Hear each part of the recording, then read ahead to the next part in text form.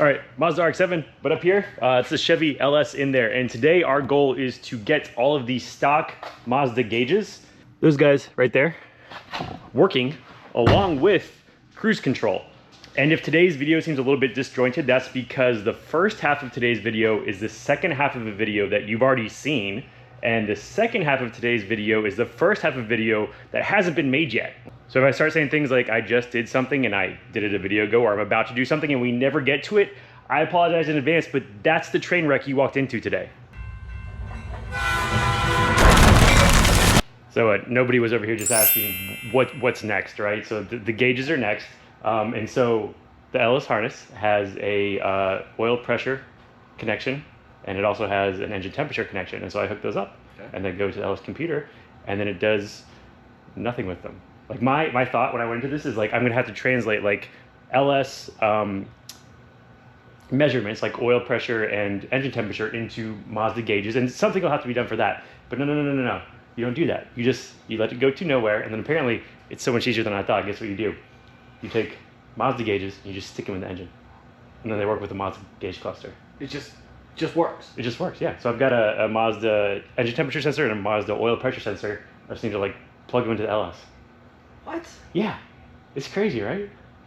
That's so backwards. I know. I never would. It just works. Like it just works. That sentence, that phrase does not go with building cars. It just works. No, no, it doesn't. And so this is the stock Mazda RX-7 oil pressure sensor, and it doesn't fit in the LS engine. So what you can do is right there. That's an oil block-off plate. That's where the oil cooler used to be for this engine. So you can drill and tap that to this. This is 1/8 MPT thread pitch. So you can drill and tap it for the oil pressure sensor. And theoretically that will work, except it's a really small, I don't know, flange right there. So I'm not sure we're gonna be able to really get a big enough hole for this. But they sell adapters. So this guy right here, this is another oil block-off plate, and it already has a 90-degree 1/8 MPT hole drilled and tapped in it. So theoretically, we could bolt this right up to our oil pan. Only problem is these headers are kind of large there, and so I've mock fitted this up or whatever, and it will just so barely fit in there. But I think the problem is going to be the screw here. I'm not sure I have enough room to actually screw that into the oil pan. So had I done this earlier when I was assembling the engine, this could have been done easily, but now it's going to be hard because the headers, while there is just the V-band flange down here and a few bolts up top, I siliconed it up there because the surface wasn't perfect, so it's kind of glued on there. So I'd rather not take those off if I don't have to. So I don't know exactly what I'm going to do about this. I might try drilling and tapping the other one just to see how it comes out, and if that doesn't work, then I'll do this one, or vice versa. But that's oil pressure. And then for engine coolant, this is the stock RX-7 engine coolant sensor right here. And similarly, doesn't plug into the LS engine, but this guy does. So this is an adapter that is the coolant, well, I'll show you. So this right here is the stock LS coolant sensor, right? And so that, it's got a wire going on it to apparently nowhere. I don't know what the heck the wiring harness still has it on there for, but other ways to do it, you can put a temperature sensor in your upper radiator hose right there.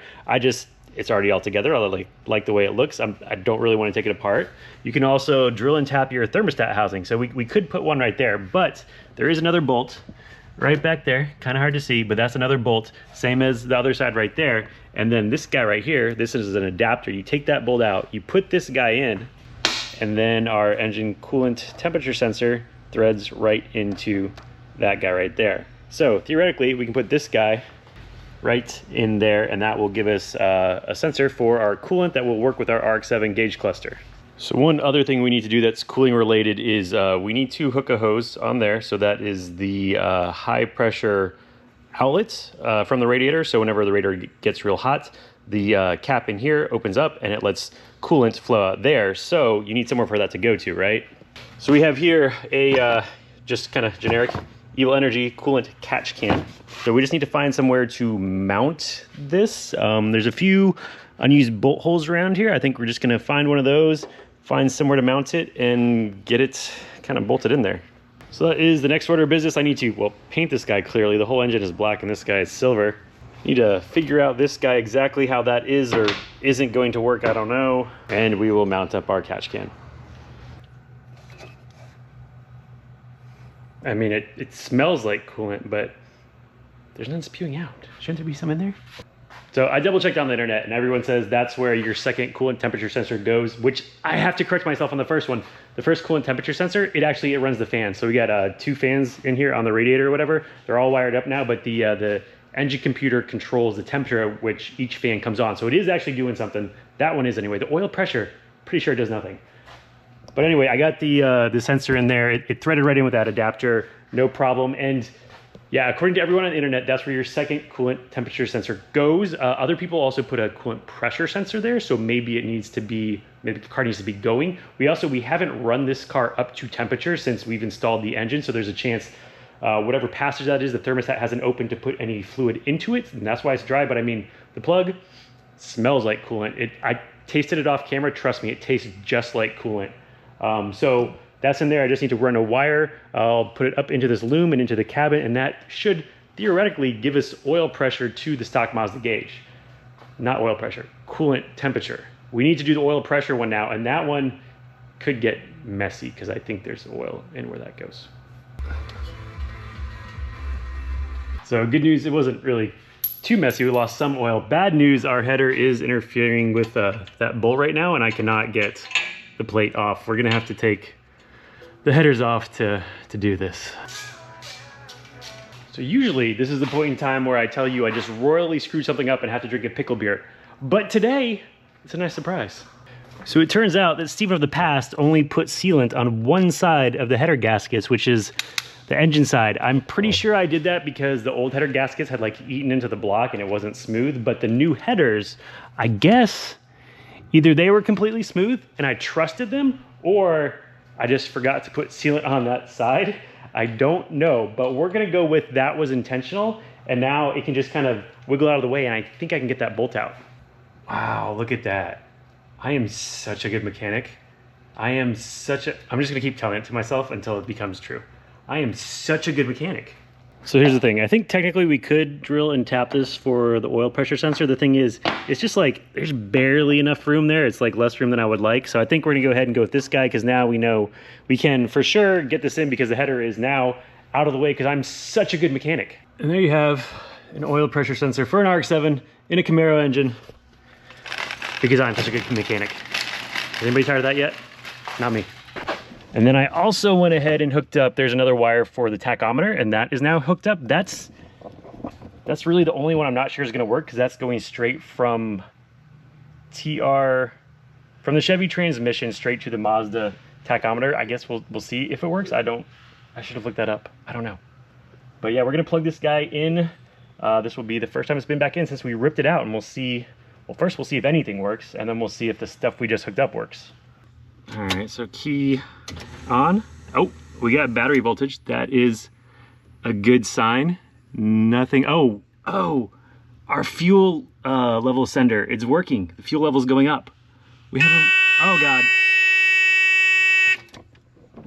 We have a buzzer. So I knew that could happen. We are missing the coolant level sensor and the oil pressure sensor, which I don't think oil pressure would be going off. So those two end high RPMs will cause the dash to buzz like that. So there's a good chance we need to find at least coolant level sensor and figure out how to disable that because we don't have that anymore. But let's see what happens when we start it. Oh, oil pressure. Oil pressure is going up. Buzzer's going off again.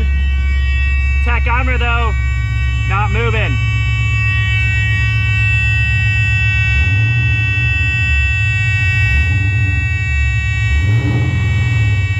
That is so annoying. I'm gonna stop that.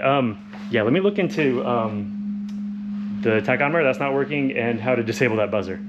All right, so check this out. The buzzer's about to go off.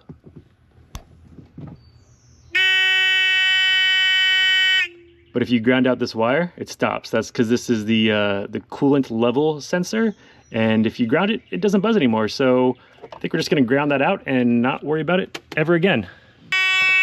It comes back on if you unground it.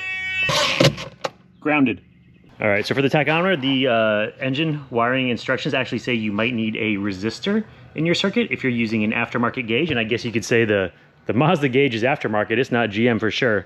But according to some people on the internet, there is a setting within HP Tuners, the software that we use to jailbreak the Chevy engine, that you can change. You change your tachometer type from frequency to crank, I think it is, and then it might work. So I'm just gonna try jumping into the computer real quick, seeing if we can change a setting and it'll make it work.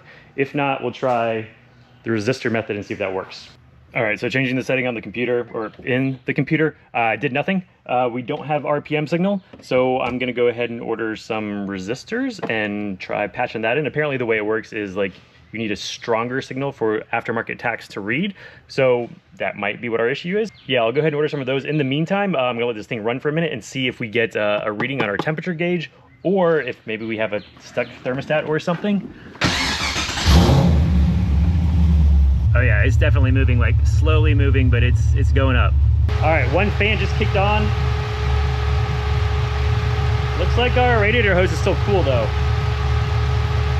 They're both cool. Engine's at about 217 degrees. That's about right. Only thing about that gauge is it just says cool and hot. Like, we don't know how hot it actually is. But I would think if it goes all the way up to H, that means you have a problem. If it doesn't go to H and it stays in the middle, it's probably pretty good. The temperature gauge is creeping up now. The radiator and radiator hoses are still pretty cool though. Kind of makes me wonder if we have a stuck thermostat, but we'll let it go for another minute or two, see what happens. That's hot. The heater lines are hot. All right, I just turned it off. We weren't pegging on the temperature, but it was like 3/4 of the way there, and one of the heads was at 240, which is kind of hot. Ooh, I hear something sizzling. What is leaking? Oh, our radiator hose is leaking. That's fun. I found the engine temperature on the HP Tuner scan tool, and the car's off right now, but it was at about 215, 218, something like that. And when it's there, the temperature gauge on the RX-7 dash is about halfway. So we know that now. And so it was a little high, which means it was getting hot. Temperature got up to 225 and it was still climbing, so turn it off. That means either the thermostat's stuck or the water pump doesn't work. I'm gonna test the thermostat first. All right, 86 degrees Celsius, which according to the internet is about 186 degrees. So we're gonna go put this in a pot of water and heat it up and see if it opens at 186 or not. Why is there a plant in the sink? I need to put car parts in the sink. Oh, there it goes. It's moving. All right. I mean, it's not moving a lot. I wonder how much they're supposed to move.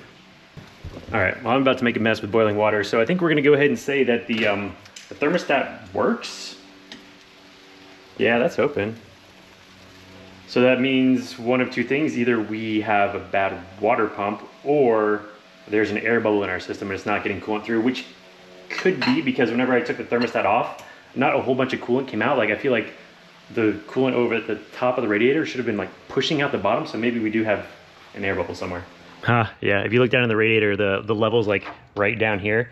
I think some of the coolant went into the engine, we got an air pocket, and it's not circulating. So fill that guy up. Good news, bad news. We now have radiator fluid coolant in the upper hose. I know that because it's leaking out everywhere. Like, every single one of these clamps needs to be tightened, and I guess we messed up our gasket or whatever on the thermostat, because the thermostat is now leaking too, so we need a new thermostat gasket. All right, we're giving this another shot. New thermostat is in. The old one didn't look too bad, but there was this one part where you can tell it had seen better days, so maybe that's why it was leaking. We did put basically an entire extra gallon of coolant in. Engine temperature 187. It should be opening right now.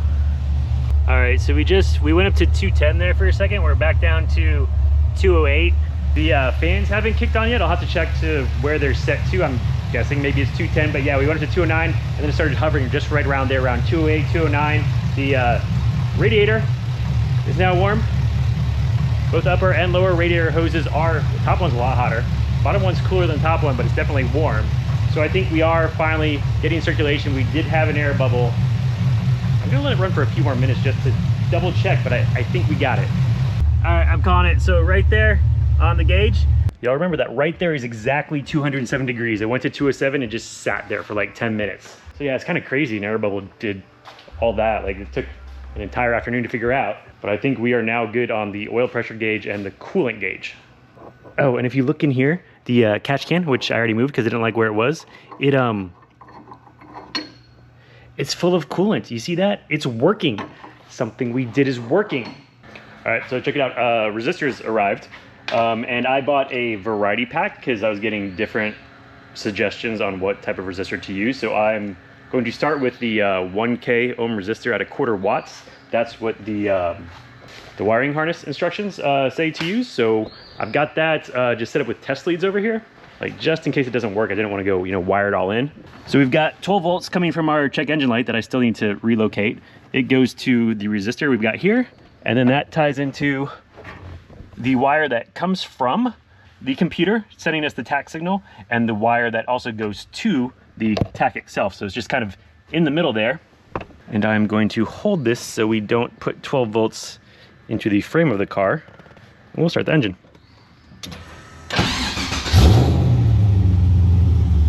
Check it out.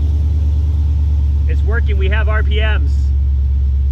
And so I'll get the computer back out later and double check, but I mean, that looks about right to me.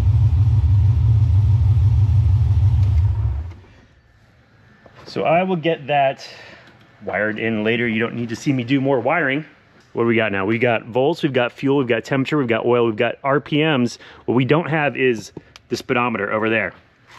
And so the speedometer in the RX-7 right now is cable driven, and the signal out of the LS is electronic. So in order to make that work, what you have to do is take a speedometer from a mid-90s Acura Integra, just like this one right here, and then you cut it all apart and you stuff it into that dash. But that's going to be next time, because last time I said I was going to take a Acura Integra speedometer that does have an electronically driven needle, whatever, and throw it in the RX-7 gauge cluster. And then I got into the details of how you do that. So there's like 2 documented instances on the internet of people who have done this. One, the guy got the speedometer in there, the Integra speedometer, and he put the RX-7 gauge face on it, and that was all well and good. The other guy, he said the gauge face of the Integra speedometer was too thick and he couldn't fit it on there. And so I was all about ready to try it because, you know, you can probably get it in there. But then I realized the needle on the speedometer, it's never going to be the same as the RX-7. The RX-7 has, well, they're just different needles. So I mean, we could you know, paint this red needle white, but it's still going to look a little bit different. And then also, even if you get it in there, the lighting is off. It has different lighting in this gauge than in the RX-7 gauges, and when you turn the lights on at night, it doesn't look right. So I started looking for other options. I do have this, I could use this. It wasn't too expensive, I don't think, but I think we're gonna abandon it and we're gonna do something else. We're going to use the Speed Box. And so what this does is it takes your electronic speedometer signal and converts it into a cable. It's got a little electric motor in here. Hook up this cable goes to the box, or this end of the cable, and then the other end of the cable goes to a Ford gauge cluster, which we don't have. But it's similar enough that I think I can make it work. So the, I don't know, what do you call this? The barrel size on this thing, it's like exactly the same as Mazda. It slips right on there. The only thing is it doesn't engage because this metal barrel thing is too long. There's a little square, I can actually, there it is right there. So there's a little square cable in there, and that's what drives the speedometer in the RX-7. And so I think what we can do is we can cut this guy down a little bit, and then theoretically he should fit in there, maybe, if we get our cuts right. So that's where I'm gonna start. I'm gonna start modifying this guy to see if we can make a Ford speedometer cable work on a Mazda speedometer.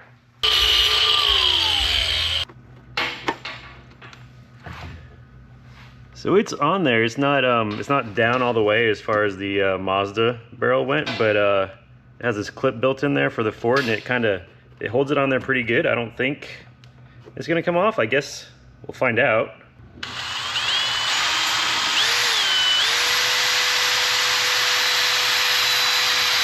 Looks like my drill goes about 122 miles an hour.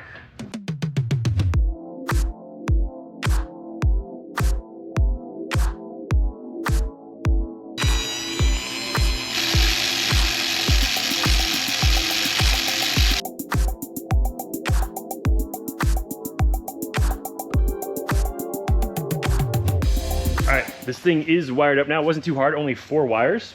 So you've got your wiring harness going into the speed box here, and this is just temporary. I'm still trying to figure out where everything goes. That's one of the reasons we're doing this today, is I want to be able to get the dash in here and get everything put like where its final home is. But red was positive. We've got black is ground, yellow. This is your vehicle's speed sensor wire. So we put that into the wire that we couldn't use earlier, the speed sensor wire from our LS wiring harness kit. And then the last one here, this blue wire, that's for a cruise control. And yes, if you're wondering, we are putting cruise control on this LS swap. That's one of the things I'm hoping we'll get to today. It's another thing we need to wire. So we will be using that in a minute. And then the last thing, it has this GPS puck right here. So this plugs into that unit right there too. You put it somewhere, it'll get a signal. And then you can run the speed box off of just the GPS signal, or you can wire in the VSS wire like we did, or you can use them both. Just hook them both up and leave them both in. So it'll run off GPS whenever it has a signal, and then it'll run off the speed sensor wire whenever it doesn't have a signal. And then it also uses the GPS the first time you go and drive it and calibrate it to program how fast your speedometer is based on the signal coming in from the computer. So it sets your speed to a GPS speed so you know it's accurate. And so to test this thing, we have a GM transmission going to a Mazda speedometer, right? So we don't know if it's gonna be the right speed whenever it starts going, and there is a way to test that. So the speed box has this button on it here, right? So what we're gonna do is we're gonna turn the car on.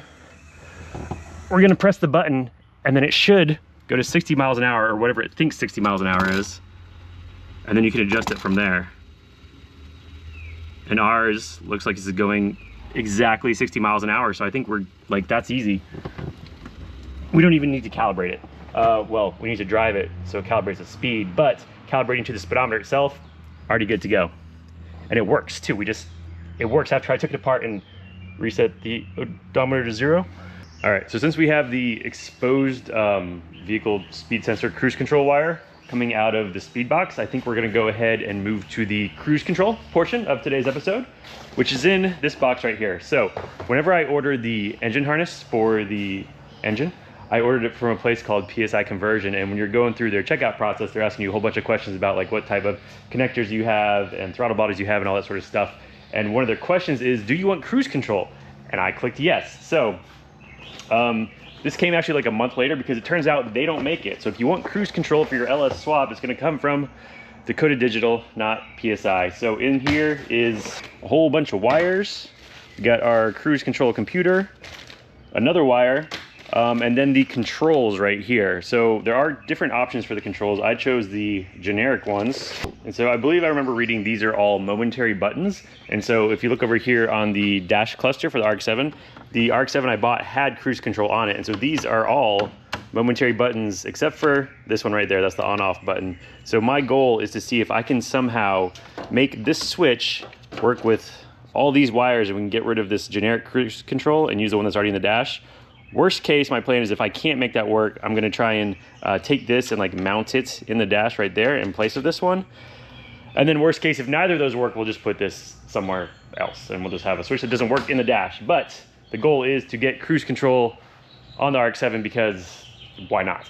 So I just did a little bit of testing. It looks like we're quickly moving towards plan B. So these buttons, they do not operate how I guess I thought they operated. Hooked it up to power here, did some testing. The red wire, that's your on button, and it has 0.5 volts until you press it, and then it goes to 0. So that's not just like a momentary switch where it connects power and ground.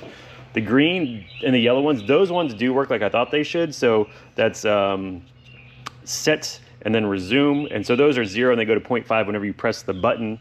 And then brown, you'd think would be the off button, because that's the only one left, right? But the off button does nothing. And so whenever you press on the brown wire, that actually goes to negative 0.4 volts. So there's something else going on in here. I took it apart. There's a little circuit board in there, so I guess it has some logic built into it. It's also changing the voltage from 12 volts to 0.5 volts. And so I don't think our RX-7 switch is going to work the same way, unfortunately. So this hole right here for the switch is almost exactly the same size as our Dakota Digital cruise control switch. So yeah, I think I'm just gonna take this guy out, try and mount this guy in there somehow, and move on.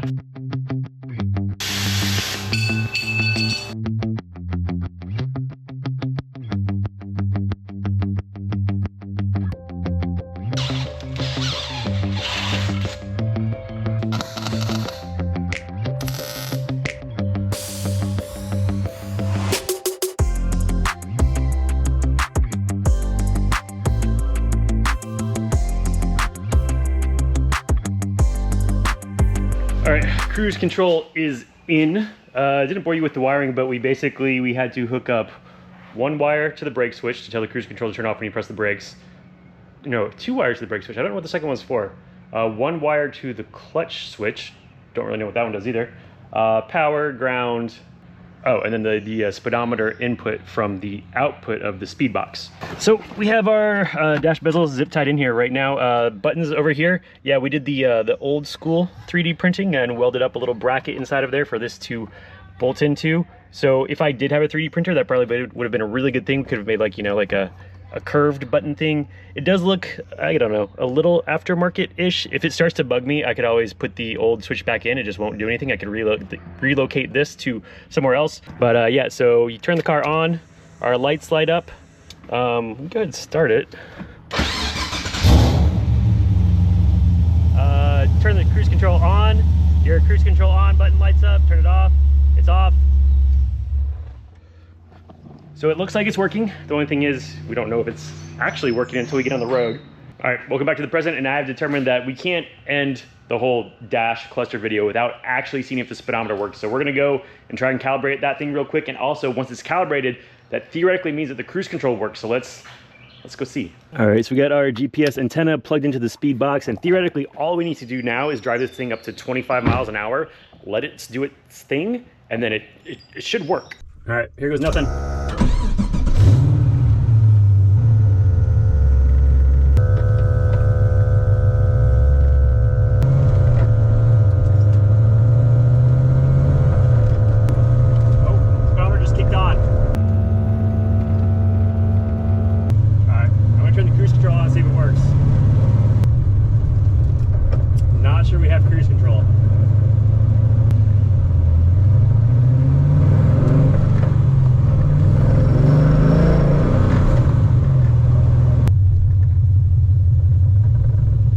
So speedometer confirmed that works. The engine, it did not overheat, kept an eye on the temperature gauge, so I think we solved that bubble problem. Cruise control did not work, but I just looked it up and the Dakota Digital Cruise Control only engages at 30 miles an hour or above. So the cruise control system does turn on whenever you press the button, the light changes, so it theoretically should work. We need to get up to speed to test that. So I'm gonna call that a win for today, and until next time, what was that? I'm a really good mechanic? No, you're a really good mechanic. No, you're... Oh no, I went too far. What do I do? Guess I gotta start over. Oh, it's fine. It's all fine.